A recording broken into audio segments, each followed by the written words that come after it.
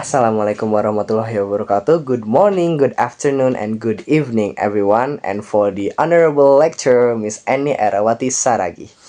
Okay, so my name is Faisal Mandika Setiawan, and I am from PBI 2B second semester. And now, today, I want to present my creative project for extensive listening course.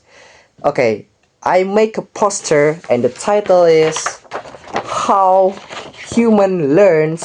humans learn in the modern world. Okay, so why I make this, it's for the exam final project or UAS.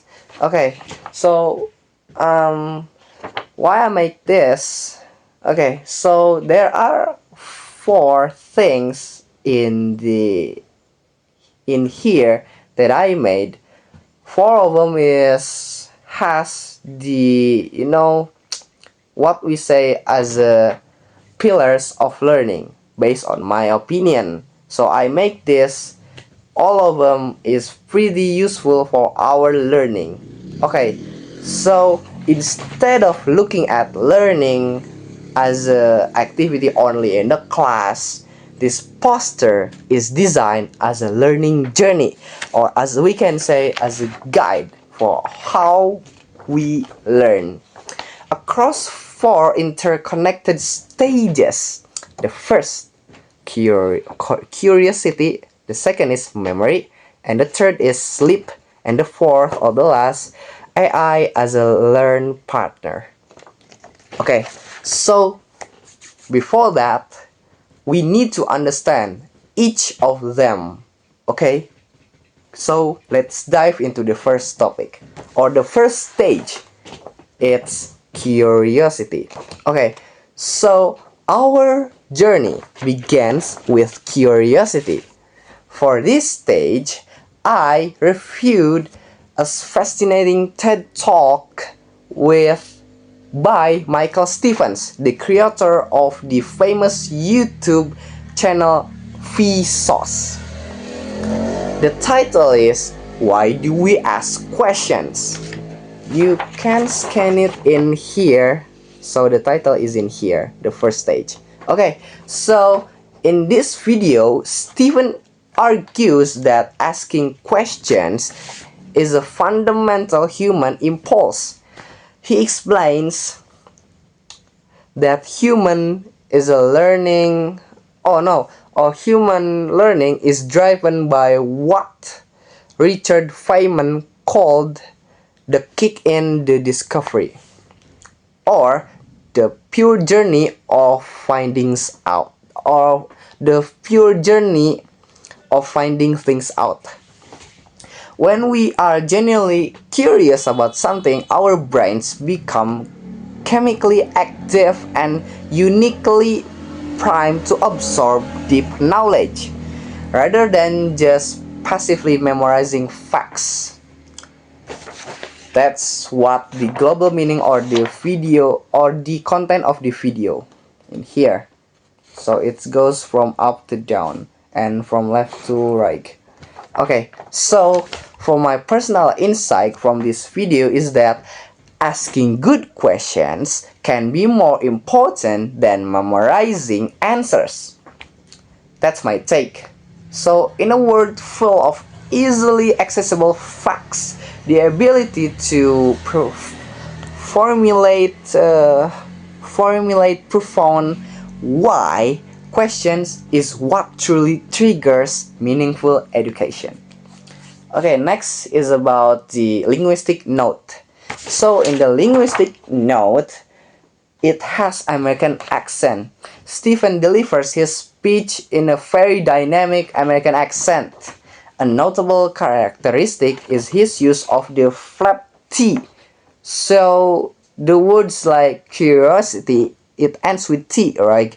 But the T sounds like a soft D, so it becomes like curiosity, not curiosity. So just like that. He also exhibits a strong American rhotic R. Sounds word like learning. The R is pretty bold, making his delivery highly engaging. Okay, so it's the first one stage, the first stage, curiosity. We next into the second stage, memory. Okay, so in here, once curiosity opens the door to information, the critical stage is memory. I listened to a deep dive podcast by Stanford professor Andrew Huberman. The title is Understand and Improve Memory Using Science Tools. You can see it in here and scan it. So yeah, this is the video. Dr. Huberman breaks down the neurobiology of memory, explaining that learning doesn't actually create new brain cells, but rather strengthens the connection or synapses in our brain between existing neuron through repetition. So what it means is that we can have these things in our brain called neurons, or the what we can say as a memory. When you learning, it's not like adding new information, it's just like strengthening our synapses, so it becomes more close or becomes more clear, like that. Okay, so it's crucial in this topic because he discusses that forgetting is actually a normal, healthy part of brain filtering. Therefore, he provides data proving that spaced repetition and reviewing information over time is infinitely more effective than stressful last-minute cramming, or as we can say, sistem kabut semalam (SKS). This directly correlates with my personal insight. Forgetting is normal, and reviewing information over time is more effective than studying all at once. It reshaped how I plan my study intervals. So that's my personal take. Okay, so we next into the linguistic note. Dr. Huberman speaks in a very structured, articulate general American accent, typical of academics, what we can say, because it's his field. His intonation is steady and measured, and he pronounces open, wide vowels beautifully on scientific terms like technology and biology. So it's clear and slow. So it's for the second stage, memory. So we are next into the third stage, sleep. Now we move to the overlooked past part of the learning cycle. It's sleep. In the Huberman Lab Guest, still in the Huberman I choose, series with Dr. Matthew Walker, a sleep scientist from University of Berkeley, explains why sleep is your superpower. Many students believe that staying up all night to study is productive. However, Dr. Walker has a different opinion. He said that present alarming neuroscience data showing that sleep deprivation creates an amnesic brain. It means that rendering the hippocampus incapable of locking in new data. So what it means is that when you are staying up all night, it makes your hippocampus doesn't work. So it doesn't lock your new information. Oh, okay, so you can check in here the barcode for the third video. It's still Dr. Huberman but with a guest, Dr. Matthew Walker. In here, okay? Okay, so during deep sleep stages, the brain acts like an active filling system. It filters, processes, and permanently solidifies what we learn during the day. Without sleep, the neural circuits literally repel new knowledge. So that's why this led to my reflection or personal insight in here. Before this, it's about the global meaning or in the video. Now it's personal insight. Uh, my reflection is that enough sleep is an essential part of learning, not a waste of study time. So, sleep is not passive rest, but it is an active cognitive consolidation. That's my take. Next, it's linguistic note. Linguistically, Dr. Matthew Walkers or Dr. Matt Walkers brings a wonderful contrast to this posture. As he speaks as a refined British accent, with stiff pronunciation, as we can say, we can clearly hear his non-rhotic speech, where the R sounds is completely omit at the end of the words, like superpower. So the R is silent. Additionally, he pronounced the word can't with a long, elegant, broad vocal O. So it becomes can't, not can't, because he's British, which is vastly different from the American accent can't.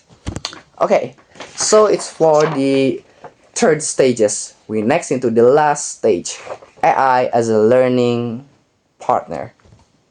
Okay, so finally we look at how human learns today using modern technology as a AI as a partner.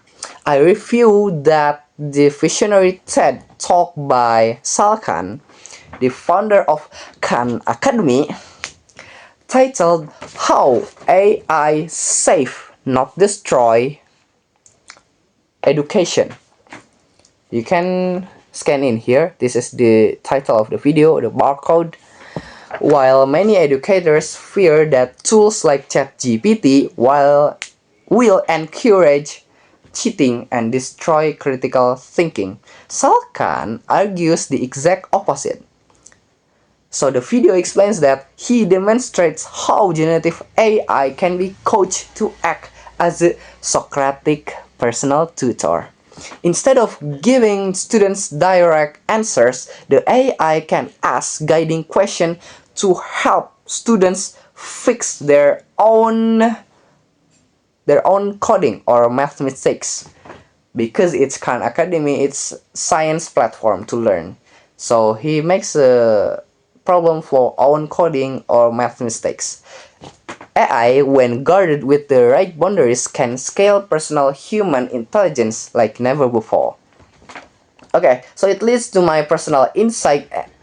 So it fits perfectly like this.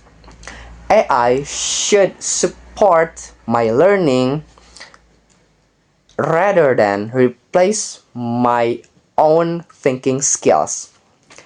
It is a tool to challenge my brain, not a shortcut to bypass it. That's my personal take. So we move into the linguistic note. Sal Khan delivers his talk with a highly persuasive and dynamic journal American accent. His articulation is very clear, especially when pronouncing the word education with a distinct j sound. Education. And his rising and falling intonations effectively build a sense of optimism and regarding tech evolution. Okay, so I have explained all of these stages clearly, from the first stage, curiosity, second stage, memory, third stage, sleep, and the fourth stage is AI as a learning partner. Okay, you can scan in here for the video, or maybe you can check this link I have presented in my video. Okay, you can choose or check it. Okay, so to conclude, learning in the modern world is beautifully holistically cycle. So it begins with our human curiosity in the simple thing. It depends on our biologically memory and the restorative power of sleep, and is accelerated by the wise integration of artificial intelligence. By understanding these four pillars, we can become highly effective lifelong learners. That concludes my presentation. Okay, thank you very much for your time and attention. Have a great day. Wassalamualaikum warahmatullahi wabarakatuh.